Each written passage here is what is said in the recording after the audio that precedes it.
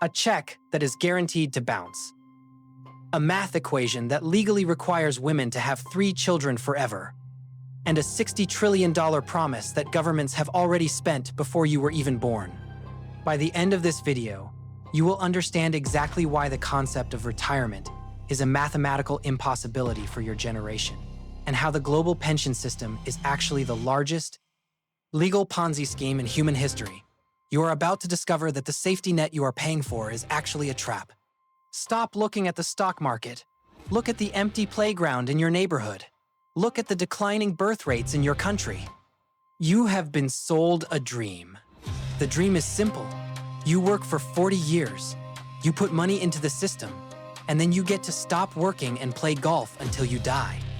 You see that line item on your paycheck every month: Social Security, pension, superannuation.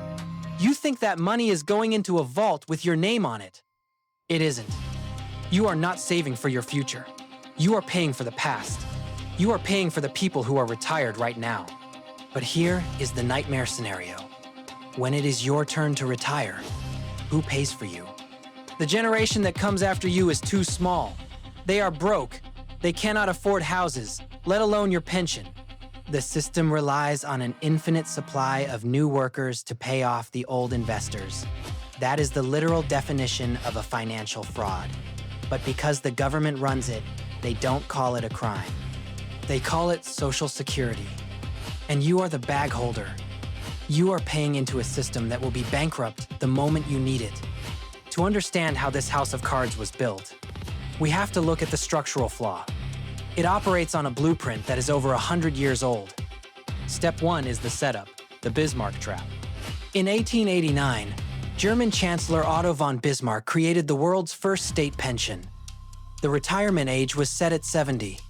Here is the catch. The average life expectancy at the time was roughly 45.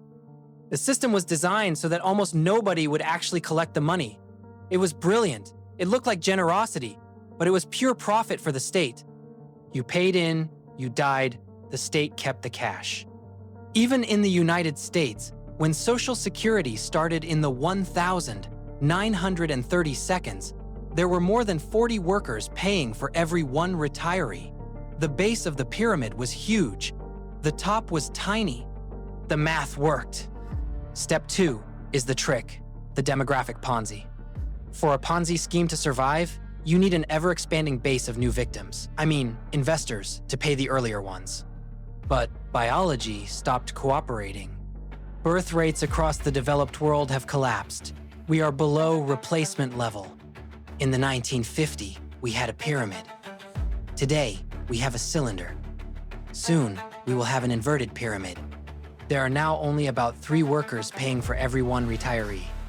By 2050, in many countries, it will be 2 to 1. Think about that. 2 young, struggling workers have to support their own families plus half of a retiree's lifestyle. The math is impossible. The burden is too heavy. Step 3 is the proof. You want evidence that the collapse is happening right now? Look at France. March 2023. President Emmanuel Macron forced through a law raising the retirement age from 62 to 64. Why? Because the French pension fund was facing a deficit of over 13 billion euros by 2030. He didn't do it because he hates the elderly. He did it because the calculator doesn't lie. Or look at the United States. The Social Security Trustees Report, an official government document, admits that the trust funds will be depleted by the mid-2030. After that, benefits get cut automatically by 20%. They put it in writing.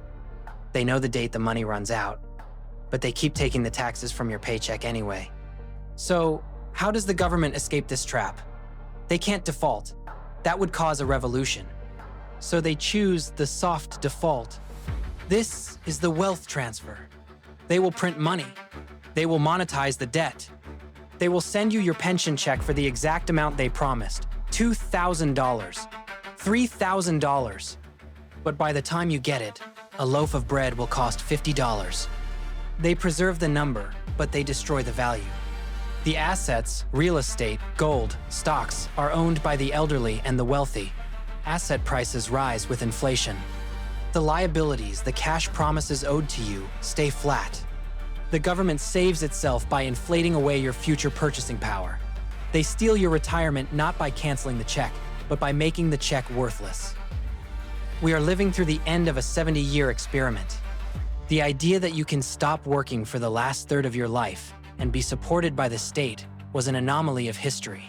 It was a temporary luxury made possible by a population boom that is now over. The contract is broken. The politicians won't admit it because they need the votes of the elderly. So they will keep playing the music, they will keep printing the money, and they will keep pretending the ship isn't sinking. The question isn't, will I get my pension? The question is, when the check finally arrives, will it be enough to buy a single meal?